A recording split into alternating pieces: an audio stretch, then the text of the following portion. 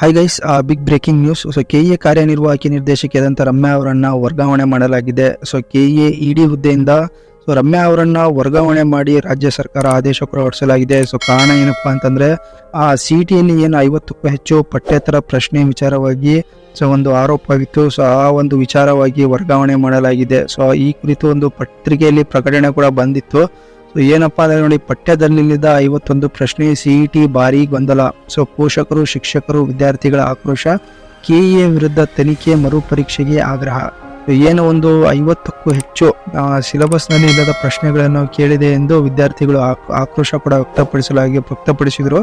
ಈ ಕುರಿತು ಒಂದು ತನಿಖೆ ಕೂಡ ಆಗಿತ್ತು. ಸೊ ಆ ಒಂದು ವಿಚಾರವಾಗಿ ಏನು ಕೆಇಎ ಕಾರ್ಯನಿರ್ವಾಹಕಿ ನಿರ್ದೇಶಕಿ ಅಂತ ರಮ್ಯಾ ಅವರನ್ನ ಈಗ ಆಲ್ರೆಡಿ ವರ್ಗಾವಣೆ ಮಾಡಲಾಗಿದೆ.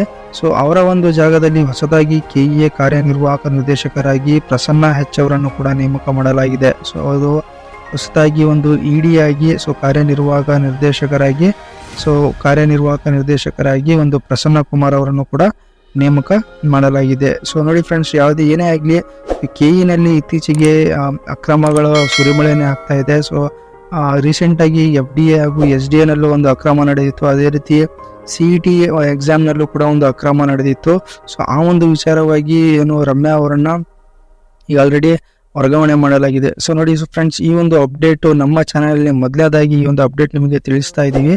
ಸೊ ಹಾಗೆ ಈ ತರ ಒಂದು ಲೇಟೆಸ್ಟ್ ಅಪ್ಡೇಟ್ಗಳಿಗಾಗಿ ನಮ್ಮ ಚಾನಲ್ನ ಸಬ್ಸ್ಕ್ರೈಬ್ ಮಾಡ್ಕೊಳ್ಳಿ, ಲೈಕ್ ಮಾಡಿ, ಹಾಗೆ ಬೆಲ್ ಐಕನ್ ಕೂಡ ಪ್ರೆಸ್ ಮಾಡ್ಕೊಳ್ಳಿ. ಸೊ ಲೇಟೆಸ್ಟ್ ಅಪ್ಡೇಟ್ಸ್ಗಳು ಏನೇ ಇದ್ರು KPSC ಹಾಗೂ KE ರಿಲೇಟೆಡ್ ಅದು ನಿಮಗೆ ಬೇಗ ರೀಚ್ ಆಗುತ್ತೆ. ಸೊ ಏನೇ ಆಗಲಿ ಫ್ರೆಂಡ್ಸ್, ನೋಡಿ, ಸೊ ಈಗ ಏನು ಹೊಸದಾಗಿ ಕಾರ್ಯನಿರ್ವಾಹಕ ನಿರ್ದೇಶಕರಾಗಿ ಅವರು ಪ್ರಸನ್ನ ಹೆಚ್ ಅವರು ನೇಮಕ ಆಗಿದ್ದಾರೆ.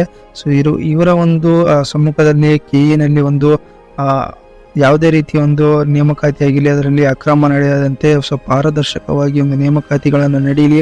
ಹಾಗೆ ಏನು ಯಾವೆಲ್ಲ ರಿಸಲ್ಟ್ಗಳು ಪೆಂಡಿಂಗ್ ಉಳಿದಿದ್ದಾವೆ, ಸೊ 670 ಪೋಸ್ಟ್ನ FDA SDA ಆಗಿರ್ಬೋದು, ಸೊ ಎಲ್ಲ ಒಂದು ಹುದ್ದೆಗಳ ರಿಸಲ್ಟ್ ಅನ್ನು ಬೇಗ ಪ್ರಕಟ ಮಾಡಲಿ ಅಂತ ನಾವು ಮನವಿ ಮಾಡ್ಕೊತಾ ಇದ್ದೀವಿ. ಸೊ ಹಾಗೆ ನೋಡಿ ಫ್ರೆಂಡ್ಸ್, ಈ ಒಂದು ವಿಡಿಯೋ ನಿಮಗೆ ಇನ್ಫಾರ್ಮೇಟಿವ್ ಅನಿಸಿದ್ರೆ ದಯವಿಟ್ಟು ಚಾನಲ್ ಲೈಕ್ ಮಾಡಿ, ಶೇರ್ ಮಾಡಿ, ಹಾಗೆ ಸಬ್ಸ್ಕ್ರೈಬ್ ಮಾಡೋದನ್ನು ಮಾತ್ರ ಮರಿಬೇಡಿ. Thank you friends.